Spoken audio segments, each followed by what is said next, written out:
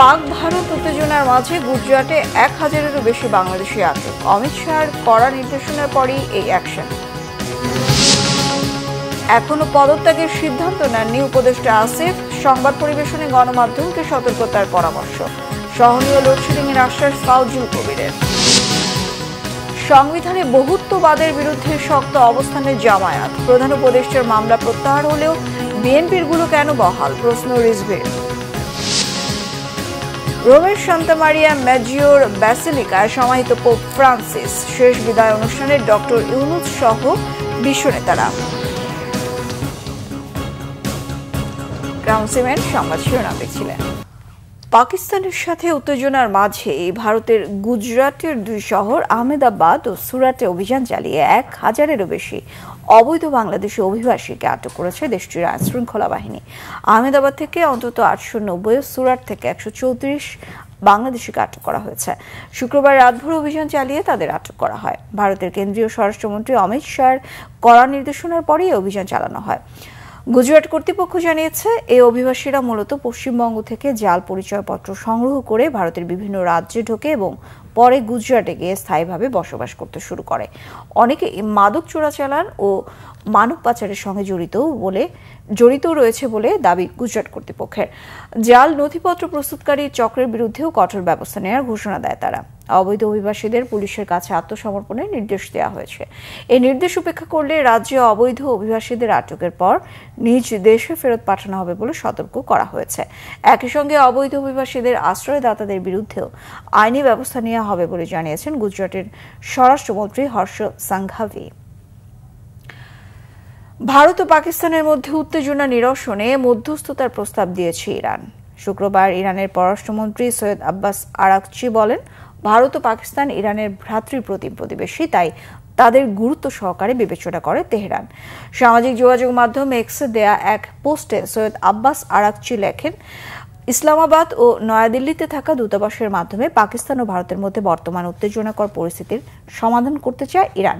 এদিকে মার্কিন president Donald ট্রাম্পও Bharat Pakistan ইস্যুতে কথা বলেছেন। পোপ ফ্রান্সিসের অন্ত্যেষ্টিক্রিয়ায় যোগ দিতে ভ্যাটিকানে যাওয়ার আগে এক সাক্ষাৎকারে ট্রাম্প বলেন, কাশ্মীরে ভারত পাকিস্তানের মধ্যে লড়াই বহু বছর ধরে চলছে। তারা কোনো না কোনোভাবে এই সমস্যার সমাধান করবে বলে আশা তার। এর আগে পেহেলগামে হত্যাকাণ্ড ইস্যুতে ভারতের জলশক্তি মন্ত্রী চন্দ্রকান্ত রঘুনাথ পাতিল গণমাধ্যমকে বলেন, সিন্ধু উপত্যকা দিয়ে প্রবাহিত নদ নদীগুলোর এক ফোঁটা পানিও যাতে পাকিস্তানে না যায়, আমরা তা নিশ্চিত করব। অন্যদিকে পাকিস্তান পিপলস পার্টি পিপিপির চেয়ারম্যান বিলাওয়াল ভুট্টো জারদারি সুক্কুরে এক জনসমাবেশে ভারতকে হুঁশিয়ার করে দিয়ে বলেছেন, সিন্ধু আমাদেরও, এটি আমাদেরই থাকবে। এর ওপর দিয়ে হয় আমাদের পানি, নয় তাদের রক্ত বইবে। পদত্যাগের বিষয়ে এখনই সিদ্ধান্ত নেননি রাজনৈতিক দল করলে এনসিপিতে যোগ দিতে হবে, এমন বাধ্যবাধকতা নেই বলে জানিয়েছেন স্থানীয় সরকার পল্লী উন্নয়ন সমবায় উপদেষ্টা আসিফ মাহমুদ সজীব ভুঁইয়া। শনিবার বিকেলে রাজধানীর শেরেবাংলা কৃষি বিশ্ববিদ্যালয়ে পল্লী দারিদ্র্য বিমোচন ফাউন্ডেশনের নিয়োগ পরীক্ষা পরিদর্শন শেষে সাংবাদিকদের তিনি একথা বলেন। এ সময় উপদেষ্টা বলেন, চিরকুটের মাধ্যমে ফ্যাসিস্ট সরকারের আমলে পল্লী দারিদ্র্য বিমোচন ফাউন্ডেশনে কর্মী নিয়োগ দেওয়া হতো। এবার প্রশ্নপত্র ফাঁসের কোনো ঘটনা ঘটেনি। সর্বোচ্চ স্বচ্ছতা বজায় রেখে পরীক্ষা অনুষ্ঠিত হচ্ছে। নিজের এপিএস এর অব্যাহতি দেওয়ার বিষয়ে সাংবাদিকদের প্রশ্নের জবাবে উপদেষ্টা বলেন, দুর্নীতি দমন কমিশন এই ঘটনা তদন্ত করছে। সোর্স ছাড়াই এমন সংবাদ পরিবেশনা বিভ্রান্তিমূলক। গণমাধ্যমকে সর্বোচ্চ সতর্কতার সঙ্গে সংবাদ প্রকাশ করার আহ্বান জানান উপদেষ্টা আসিফ মাহমুদ।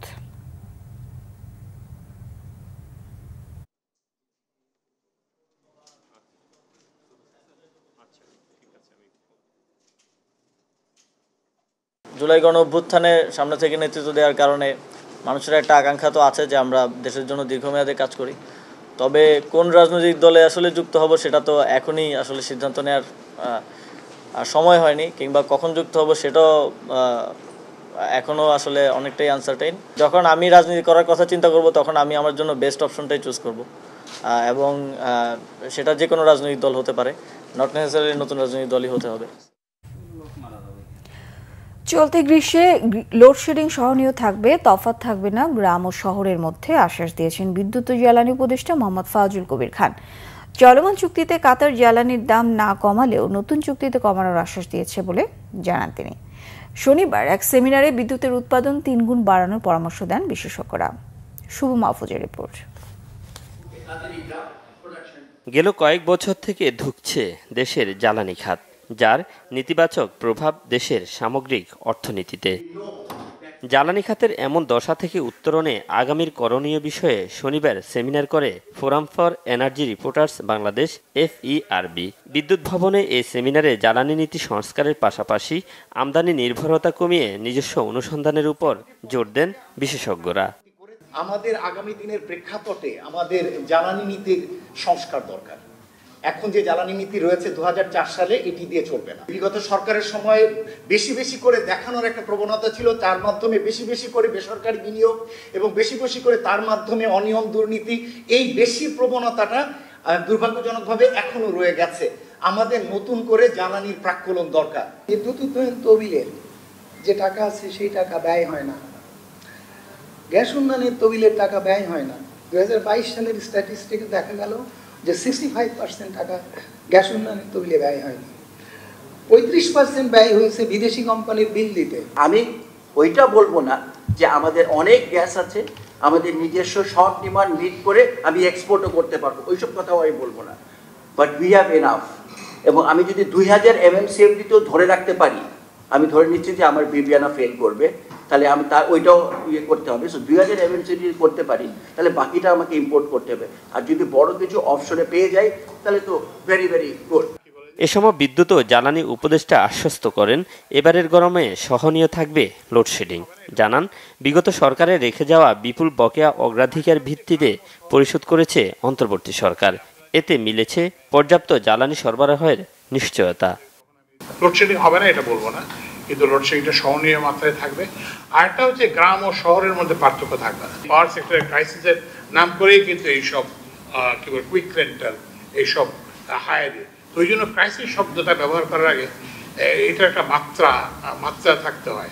ক্রাইসিসকে অনেকে একটা অপরচুনিটি হিসেবে দেখে এবং সেটা ব্যবহার করে, এবং এর ফলে এটা ক্রাইসিস, একটা ছোট ক্রাইসিস আরো বড় ক্রাইসিসে পরিণত হয়। বিদ্যুৎ পরিস্থিতি স্বাভাবিক রাখতে সর্বোচ্চ গুরুত্ব দেওয়া হচ্ছে জানিয়ে উপদেষ্টা বলেন, বর্তমানে 16,000 মেগাওয়াট বিদ্যুৎ উৎপাদন হলেও তা 18,000-এ নেয়ার লক্ষ্যমাত্রা রয়েছে সরকারের। শুভ মাহফুজ, বাংলা ভিশন, ঢাকা। বিএনপি মহাসচিব মির্জা ফখরুল ইসলাম আলমগীর বলেছেন, চীনের সাথে বাংলাদেশের সম্পর্ক আর উচ্চতায় নিতে একমত হয়েছে ঢাকা সফররত চীনা কমিউনিস্ট পার্টি। রাজধানীর একটি হোটেলে চীনা প্রতিনিধি দলের সঙ্গে শনিবার অনুষ্ঠিত এক বৈঠক শেষে তিনি তথ্য জানান।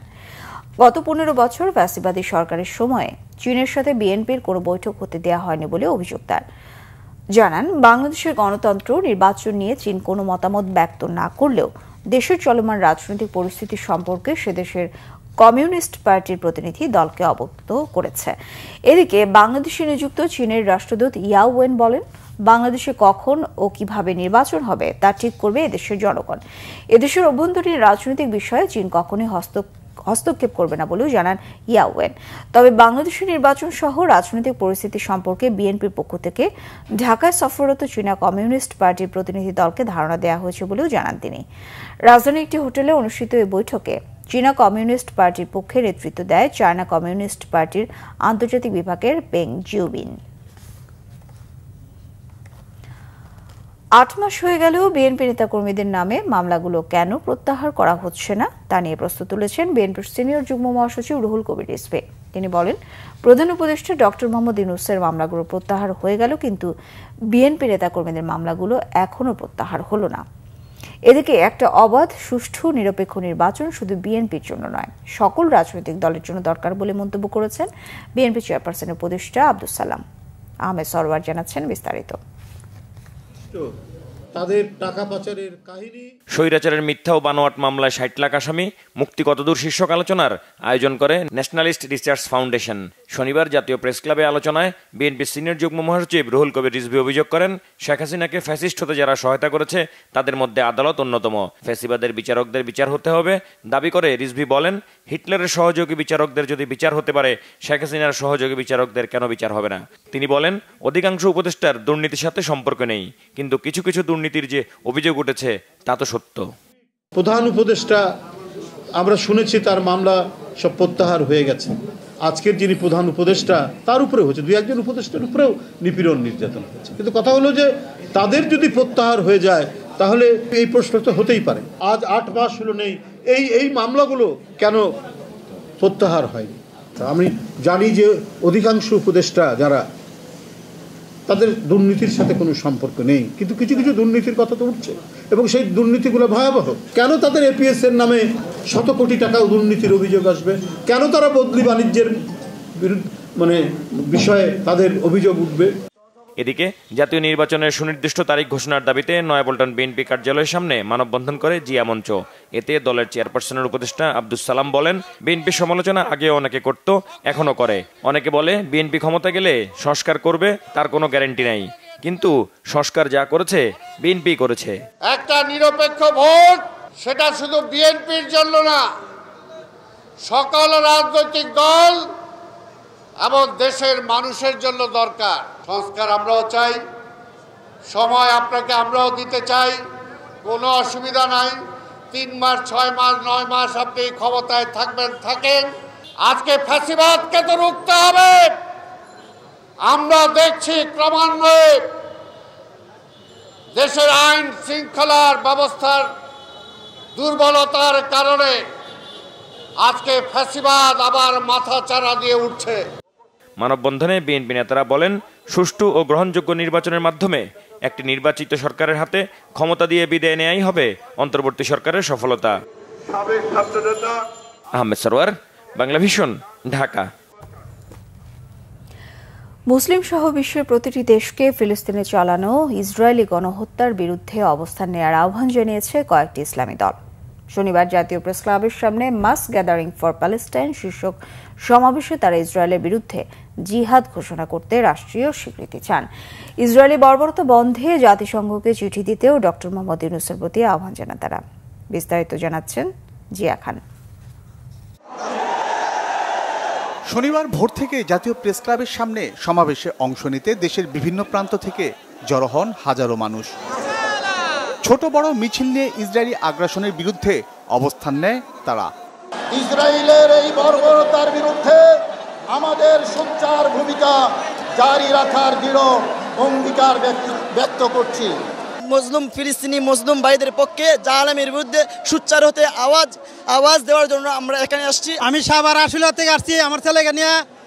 এরকম প্রোগ্রামে আমার ছেলেকে যদি না নিয়ে আসি তাহলে আপনার আর নেক্সট টাইমে আসার জন্য কোনো বক্তৃতা থাকবে না।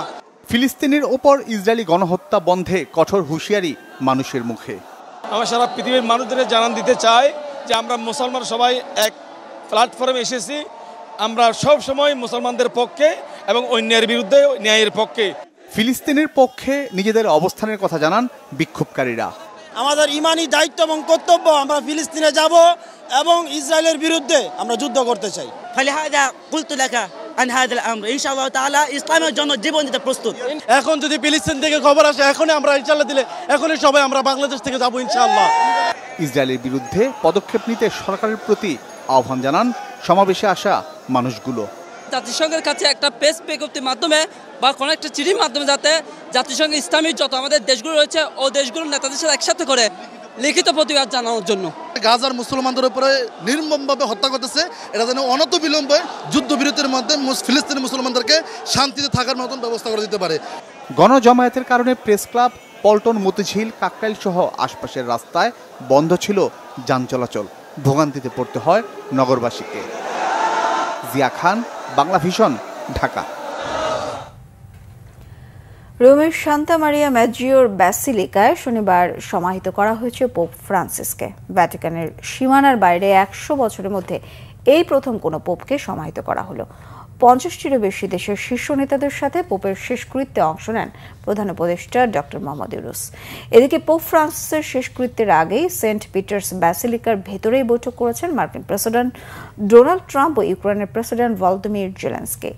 এই শেষকৃত্যে 4 লাখেরও বেশি মানুষ অংশ নেয় বলে জানিয়েছেন ইতালির স্বরাষ্ট্রমন্ত্রী ম্যাতিও পিয়ান্তেদোসি।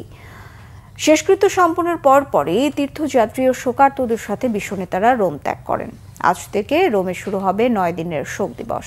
এই দিনগুলোতে পোপ ফ্রান্সিসের স্মরণে প্রতিদিন গণসভা হবে। পোপের শেষকৃত্যে উপস্থিত ছিলেন অনেক দেশের সরকার প্রধান ও রাজপরিবারের সদস্যরা। এই তালিকায় বাংলাদেশের অন্তর্বর্তী সরকারের প্রধান উপদেষ্টা ডক্টর মোহাম্মদ ইউনূস ছাড়াও ছিলেন মার্কিন প্রেসিডেন্ট ডোনাল্ড ট্রাম্প, যুক্তরাজ্যের প্রধানমন্ত্রী কিয়ার স্টারমার, প্রিন্স উইলিয়াম, ফ্রান্সের প্রেসিডেন্ট ইমানুয়েল ম্যাক্রো, ইউক্রেনের প্রেসিডেন্ট ভলোদিমির জেলেনস্কি, স্পেনের রাজা ষষ্ঠ ফিলিপ ও রানী লেটিজিয়া এবং ব্রাজিলের প্রেসিডেন্ট লুলা ডা সিলভা সহ অনেকে। এদিকে পোপ ফ্রান্সিসের শেষকৃত্যের আগেই মুখোমুখি বৈঠক করেছেন মার্কিন প্রেসিডেন্ট ডোনাল্ড ট্রাম্প ও ইউক্রেনের প্রেসিডেন্ট ভলোদিমির জেলেনস্কি। প্রায় 15 মিনিট ধরে চলে এই বৈঠক। রাষ্ট্রপতি ও সংসদের মেয়াদ 5 বছর করে রাখার পক্ষে নিজেদের অবস্থান জানিয়েছে বাংলাদেশ জামায়াতে ইসলামী। একমত হয়েছে 2 বারের বেশি প্রধানমন্ত্রী নয় এই প্রস্তাবের সঙ্গেও। এছাড়া শনিবার জাতীয় ঐক্যমত্য কমিশনের সাথে আলোচনায় দ্বিকক্ষ সংসদ সহ বেশ কিছু বিষয়ে একমত হয়েছে দলটি। মিরাজ হোসেন গাজীর রিপোর্ট। জাতীয় ঐকমত্য কমিশনের আমন্ত্রণে সকাল 10:30টার দিকে জাতীয় সংসদ ভবনের এলডি হলে আসেন বাংলাদেশ জামায়াত ইসলামীর প্রতিনিধিরা। নায়েবে আমির ডাক্তার সৈয়দ আব্দুল্লাহ মোহাম্মদ তাহের ও সেক্রেটারি জেনারেল অধ্যাপক মিয়া গোলাম পরোয়ারের নেতৃত্বে দলের প্রতিনিধিরা বৈঠকে অংশ নেন। বৈঠকে 5টি সংস্কার কমিশনের সুপারিশ নিয়ে আলোচনা হয়। জামায়াত ইসলামী ও জাতীয় ঐকমত্য কমিশনের মধ্যে শুরুতে সংবিধান সংস্কার কমিশনের সুপারিশ নিয়ে আলোচনা হয়। দুপুরের বিরতিতে বৈঠকের অগ্রগতি জানান জামায়াত ইসলামীর নায়েবে আমির। কমিশনের প্রস্তাব ছিল সংসদের মেয়াদ 4 বছর হবে, প্রেসিডেন্টের মেয়াদ 4 বছর হবে। আমরা বলেছি যে এটা ঠিক হবে না, সংসদের মেয়াদ 5 বছর থাকবে এবং প্রেসিডেন্টের বয়সও মেয়াদও 5 বছর থাকবে। আর একটি বিষয় বলি, সেটা হচ্ছে দ্বিকক্ষ বিশিষ্ট পার্লামেন্ট বাইক্যামেরাল পার্লামেন্টের ব্যাপারে আমরা একমত হয়েছি। তবে এটা ফরমেশন, নেচার, প্রসেস এসব বিষয়ে আমরা এখন আলোচনা করছি। বিরতির পর শুরু হওয়া বৈঠক চলে আরও প্রায় 3 ঘন্টা। শেষে আনুষ্ঠানিকভাবে সংস্কার ইস্যুতে জামায়াতের অবস্থান জানান doctor Syed Abdullah Mohammad Taher. National constitutional যে কাউন্সিল হয়েছে, এটার সাথে আমরা নীতিগতভাবে একমত হয়েছি। যে রিফর্মস প্রস্তাবনা দিয়েছিলাম, সেখানে পিআর সিস্টেমে নির্বাচনের কথা আমরা বলেছি, প্রপোর্শনেট রিপ্রেজেন্টেটিভ আলোচনা। এর আগে আলোচনার শুরুতে জাতীয় ঐকমত্য কমিশনের সহসভাপতি অধ্যাপক ডক্টর আলী রিয়াজ স্বাগত বক্তব্যে রাষ্ট্র কাঠামো সংস্কারে জন আকাঙ্ক্ষার বিষয়টি স্মরণ করিয়ে দেন। রাষ্ট্র সংস্কারের জন্য অন্তর্বর্তী সরকারের পক্ষ থেকে যে উদ্যোগ নেওয়া হয়েছে, সেই উদ্যোগ সরকারের উদ্যোগ নয়, আসলে এটি বাংলাদেশের মানুষের দীর্ঘদিনের আকাঙ্ক্ষার ফল। তারই অংশ হিসেবে অন্তর্বর্তী সরকারের পক্ষ থেকে উদ্যোগ নেওয়া হয়েছে। রাষ্ট্র সংস্কারের প্রয়োজন এবং তাগিদ রাজনৈতিক দলের কাছ থেকে এসছে, জনসমাজের কাছে থেকে এসছে, ছাত্রদের কাছ থেকে এসেছে, সাধারণ মানুষের কাছ থেকে এসছে। সেই প্রক্রিয়ায় আপনারা আন্তরিকভাবে অংশগ্রহণ করেছেন বলে আপনাদের আবার আমি ধন্যবাদ জানাই। জাতীয় ঐকমত্য কমিশনের সহসভাপতি আবারও জানালেন, রাজনৈতিক দলগুলোর সঙ্গে চলমান আলোচনার উদ্দেশ্য একটি জাতীয় সনদ তৈরি করা। মিরাজ হোসেন গাজী, বাংলা ভিশন, ঢাকা। প্রতিশ্রুতি অনুযায়ী নির্বাচন না হলে বিনিয়োগে অনিশ্চয়তা বাড়বে আশঙ্কা সিপিডির। শনিবার সকালে বিএফডিসিতে ডিবেট ফর ডেমোক্রেসি আয়োজিত বিদেশি বিনিয়োগ সম্ভাবনা ও চ্যালেঞ্জ শীর্ষক ছায়া সংসদের প্রধান অতিথির বক্তব্যে শঙ্কা প্রকাশ করেন সেন্টার ফর পলিসি ডায়ালগ সিপিডির সম্মানীয় ফেলো ও বিশিষ্ট অর্থনীতিবিদ ডক্টর মোস্তাফিজুর রহমান। দেশকে বৈদেশিক বিনিয়োগ বান্ধব করতে হলে সুশাসন, জবাবদিহিতা, দক্ষ শ্রমশক্তি ও শোভন শ্রমসংস্থান সৃষ্টির কোনো বিকল্প নেই বলে মন্তব্য করেন এই অর্থনীতিবিদ। ছায়া সংসদে ডিবেট ফর ডেমোক্রেসির চেয়ারম্যান হাসান আহমেদ চৌধুরী কিরণ বলেন, দেশে মব জাস্টিসের প্রবণতা দূর করতে পারলেই বৈদেশিক বিনিয়োগের সম্ভাবনা আরও বেড়ে যাবে। সামরিক বাহিনীর দায়িত্বকে দেশপ্রেমের মধ্যে রাখতে হবে বলে মন্তব্য করেছেন বিশিষ্টজন সাবেক সামরিক কর্মকর্তারা। শনিবার জাতীয় প্রেস ক্লাবে নেক্সাস অ্যান্ড ডিফেন্স জাস্টিস এনডিজি আয়োজিত সশস্ত্র বাহিনী সংস্কারে করণীয় বিষয়ক সেমিনারে মন্তব্য করেন তারা। বক্তারা বলেন, সামরিক বাহিনীকে জনগণের স্বার্থে কাজ করতে হবে। আলোচনায় সাবেক সামরিক কর্মকর্তা ও শহীদ পরিবারের সদস্যরা বলেন, দেশ রক্ষায় সামরিক বাহিনী গুরুত্বপূর্ণ। তারা বলেন, সামরিক বাহিনীকে নেতিবাচক তকমা দেওয়া যাবে না। সংস্কার করে সামরিক বাহিনীকে যুগোপযোগী করার তাগিদ দিয়ে বক্তারা বলেন, রাস্তাঘাট নির্মাণ ও ব্যবসা প্রতিষ্ঠান তৈরির সংস্কৃতি থেকে সামরিক বাহিনীকে দূরে রাখা দরকার। টেকনোলজি ট্রান্সফারের মাধ্যমে সশস্ত্র বাহিনীর প্রয়োজনীয় সরঞ্জাম দেশেই তৈরি সম্ভব বলে মন্তব্য করে তারা বলেন, যারা সশস্ত্র বাহিনীর সংস্কার ও আধুনিকায়নে বাধা দেন তারা দেশপ্রেমিক নন। বক্তারা একটি ডিফেন্স কমিশন তৈরির সুপারিশ করেন। অবসরপ্রাপ্ত ব্রিগেডিয়ার জেনারেল মোহাম্মদ হাসান নাসিরের সভাপতিত্বে সেমিনারে অবসরপ্রাপ্ত লেফটেন্যান্ট কর্নেল হাসিনুর রহমান ও অবসরপ্রাপ্ত মেজর শাকিল নেওয়াজ সহ সামরিক বাহিনীর সাবেক কর্মকর্তারা বক্তব্য রাখেন। সংবাদ শেষ করব ক্রাউন সিমেন্ট শিরোনামগুলো আরো একবার জানিয়ে।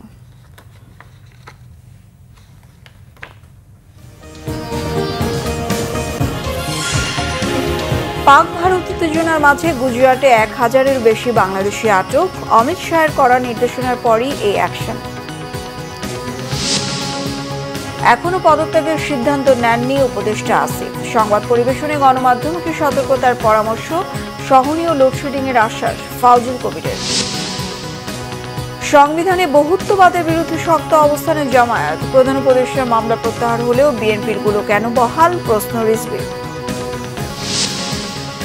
রোমের সান্তা মারিয়া ম্যাজিওর ব্যাসিলিকায় সমাহিত পোপ ফ্রান্সিস। শেষ বিদায় অনুষ্ঠানে ডক্টর মোহাম্মদ ইউনূস সহ বিশ্ব নেতারা।